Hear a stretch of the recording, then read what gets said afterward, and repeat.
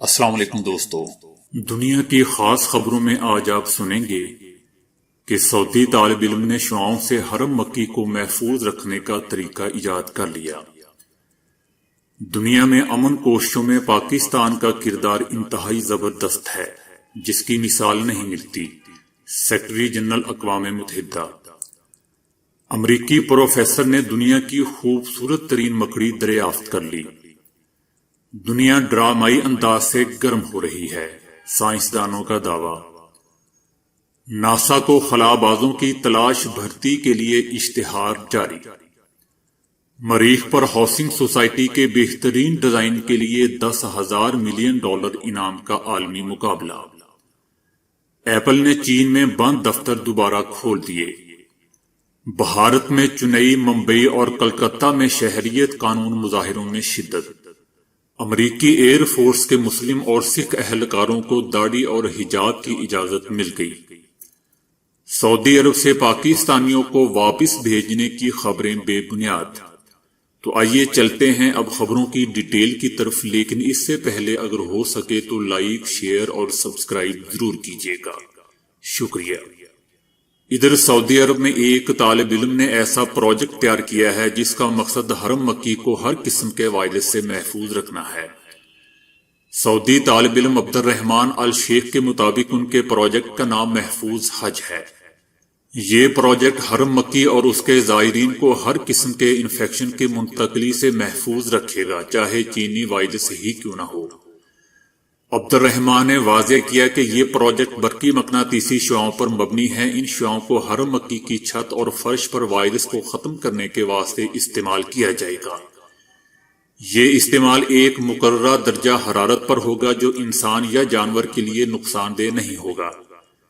سعودی طالب علم کے مطابق مذکورہ شعاعوں کو حرم مکی کے نزدیک ایک متعین مقدار میں پھیلایا جائے گا تاکہ وہ حرم کے فرش پر پھیل جائیں اور باریک سے باریک جرثوموں اور وائرس کو ختم کر سکے۔ ادھر اقوام متحدہ کے سیکرٹری جنرل انطونیو گوتریس نے اسلام آباد میں مہاجرین سے ملاقات کی اور طویل میزبانی پر پاکستان کا شکریہ ادا کیا۔ انہوں نے کہا کہ پاکستان نے مہاجرین کے لیے بہترین اقدامات کیے ہیں۔ یہاں آنے کا مقصد پاکستان کی دریا دلی کو سراہنا ہے۔ پاکستان مہمان نواز ملک ہے۔ انہوں نے کہا کہ اس وقت 27 لاکھ مہاجرین پاکستان میں موجود ہیں۔ انہوں نے کہا کہ پاکستان دنیا بھر میں اقوام متحدہ کے امن مشنز میں شامل ہے۔ دنیا میں امن کی کوششوں میں پاکستان کا کردار انتہائی زبردست ہے، جس کی مثال بہت کم ملتی ہے۔ انہوں نے کہا کہ آبی تقسیم پر بھارت کے ساتھ ایک تاریخی معاہدہ موجود ہے۔ بھارت سے مؤثر ڈائیلاگ سے پانی کی تقسیم کا مسئلہ حل ہو سکتا ہے۔ پانی تنازع کا باعث بننے کی بجائے امن کا ذریعہ ہونا چاہیے۔ انہوں نے کہا کہ ترقی کے حصول میں آج کل دنیا کو بہت سی رکاوٹوں کا سامنا ہے اور موسمیاتی تبدیلیوں کا بھی اثر دنیا میں برا پڑ رہا ہے۔ انہوں نے کہا کہ پاکستان کا کلین اینڈ گرین منصوبہ قابل تعریف ہے۔ ادھر یونیورسٹی آف کیلیفورنیا کی پروفیسر میڈلائن نے ایک خوبصورت ترین مکڑی دریافت کی ہے جو مور کی طرح رنگ برنگی اور ڈانس کرنے کی صلاحیت رکھتی ہے۔ امریکی نیشنل جغرافک کی جانب سے مکڑی کو مور کا نام دیا گیا ہے۔ مکڑی اپنے پیر اور دم ہلا کر مختلف انداز سے ڈانس کرتی ہے، جبکہ اس کے چلنے کی رفتار عام مکڑیوں سے کئی گنا زیادہ ہے۔ پروفیسر میڈلائن کی ٹیم کا کہنا ہے کہ مکڑی کو سڈنی سے دریافت کیا گیا ہے۔ انہوں نے بتایا کہ یہ مکڑی ایک عمارت کی تعمیر کے دوران انہیں نظر آئی تھی۔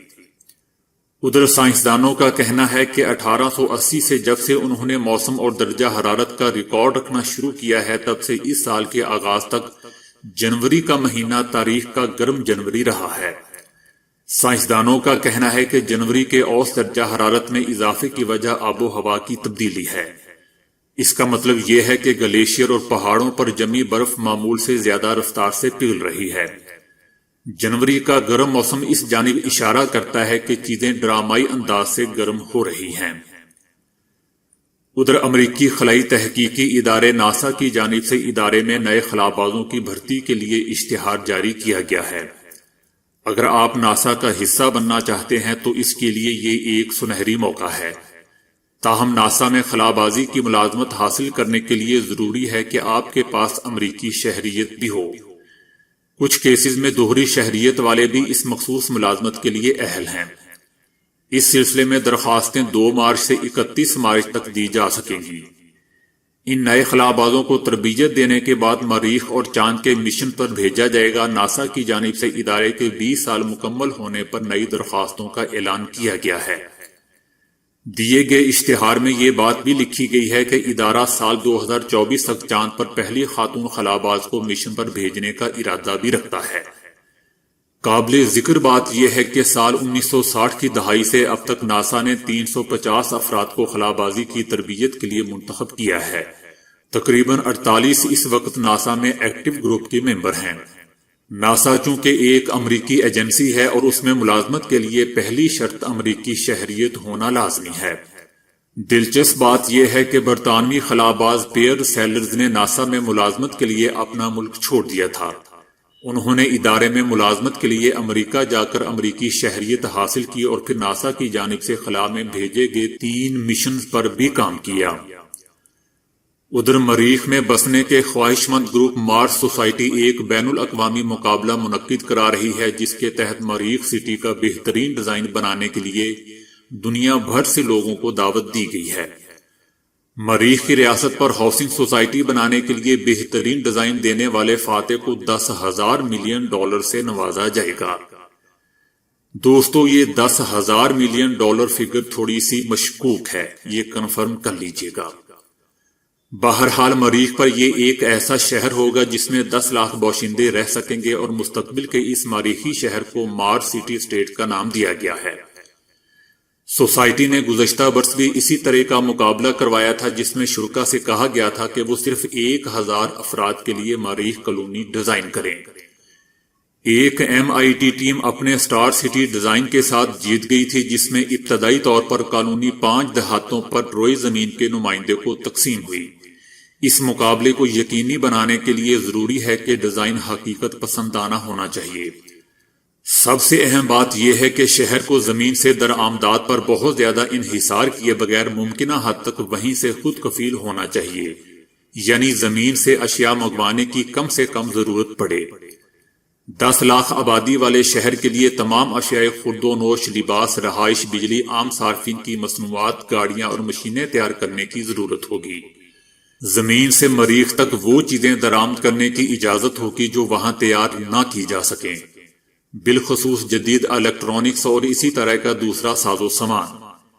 یہ مقابلہ کروانے والی سوسائٹی حصہ لینے والی ٹیموں سے جدید روبوٹس، مصنوعی ذہانت اور 3D پرنٹنگ سمیت ٹیکنالوجیز کو مد نظر رکھنے کے لیے کہتی ہے، تاکہ وہ مریخ پر پہلے سے موجود وسائل کا بہترین استعمال کیا جائے۔ عالمی مقابلے کے لیے ڈیزائن جمع کروانے کی آخری تاریخ 30 جون 2020 مقرر کی گئی ہے۔ دوستو، آپ میں سے اگر کوئی شوق رکھتا ہے تو اپلائی کر سکتا ہے۔ اس میں امریکی شہری ہونے کی بھی شرط نہیں ہے۔ ادھر ایپل نے چین میں بند دفاتر کھولنا شروع کر دیے ہیں، لیکن شنگھائی میں دوبارہ کھولے جانے والے اسٹور میں کام کے اوقات کو محدود کر دیا ہے۔ ایپل کی جانب سے اسٹور بند کرنے کا فیصلہ چین سے دنیا بھر میں پھیلنے والے وائرس کے باعث کیا گیا تھا۔ ادھر بھارت میں شہریت قانون کے خلاف مظاہروں میں شدت آ گئی ہے اور بھارت کے 3 بڑے شہروں چنئی، ممبئی اور کولکتہ میں بھرپور مظاہرے کیے گئے ہیں۔ چنئی میں ہونے والے مظاہرے کے دوران پولیس اور مظاہرین میں ہاتھا پائی بھی ہوئی۔ دوسری جانب ممبئی کے آزاد میدان میں بھی ہزاروں افراد نے مظاہرہ کیا۔ چنئی میں بھی ایک جماعت کی طرف سے مظاہرہ کیا گیا اور ریلی بھی نکالی گئی، جس میں خواتین اور بچوں کی بڑی تعداد بھی شریک تھی۔ ادھر کولکتہ میں مظاہرین نے ایک دستخطی مہم میں حصہ لیا اور سینکڑوں افراد نے اس قانون کے خلاف دستخط بھی کیے۔ ادھر امریکی ایئر فورس کے نئے قواعد کے تحت مسلمان اہلکاروں کو داڑھی اور حجاب کی اجازت مل گئی ہے، جس کے تحت مسلمان اور سکھ اہلکار اپنے مذہبی احکامات پر عمل کرتے ہوئے ڈیوٹی کر سکیں گے۔ نئی اصلاحات کے بعد امریکی ایئر فورس میں شامل مسلمان داڑھی رکھ سکیں گے، جبکہ مسلم خواتین یونیفارم کے ساتھ حجاب بھی کر سکیں گی۔ سکھ اہلکار بھی داڑھی رکھنے کے ساتھ ساتھ اپنے مذہبی عقائد کے مطابق پگڑی بھی پہن سکیں گے۔ داڑھی صاف ستھری اور زیادہ سے زیادہ تھوڑی سے 2 انچ نیچے ہو سکتی ہے۔ پگڑی اور حجاب کے رنگوں کو مدھم یا فوجی وردی کے رنگ سے ہم آہنگ ہونے کی شرط لازم رکھی گئی ہے تاکہ ایئر فورس کا پیشہ ورانہ انداز بھی متاثر نہ ہو۔ اس سے قبل امریکی ایئر فورس میں داڑھی رکھنے یا پگڑی پہننے کے لیے انفرادی بنیادوں پر اجازت لینا پڑتی تھی۔ 2018 میں امریکی ایئر فورس میں پہلی بار کسی فوجی کو داڑھی رکھنے کی اجازت دی گئی تھی، جو کہ ایک مسلمان اہلکار سارجنٹ عبد الرحمان کو ملی تھی، جبکہ 2019 میں ایک سکھ اہلکار کو بھی داڑھی اور پگڑی کی اجازت دی گئی تھی۔ کیپٹن میسا اوزا امریکی ایئر فورس میں حجاب پہننے والی پہلی مسلم خاتون تھی، انہیں 2018 میں یہ اجازت دی گئی تھی۔ ادھر سعودی عرب سے پاکستانیوں کو اپنے ملک بھیجنے کی خبریں بے بنیاد ہیں۔ سعودی عرب میں گزشتہ 2-3 روز سے یہ خبریں سرگرم ہیں کہ سعودی حکام کی جانب سے مملکت میں مقیم پاکستانیوں کو زبردستی وطن واپس بھیجنے کی تیاریاں شروع ہو گئی ہیں۔ مکہ مکرمہ میں موجود پاکستانیوں کو کسی خاص جگہ منتقل کیا جا رہا ہے، جہاں سے انہیں واپس پاکستان بھیجا جا رہا ہے۔ پاکستان قونصلیٹ جدہ نے ان خبروں کو بے بنیاد قرار دیتے ہوئے انہیں پاکستان اور سعودی عرب کے تعلقات کو خراب کرنے کی ایک کوشش قرار دیا ہے۔ تو دوستو، آج کے لیے اتنا ہی۔ ویڈیو کو لائک، شیئر اور فالو کرنے کا شکریہ۔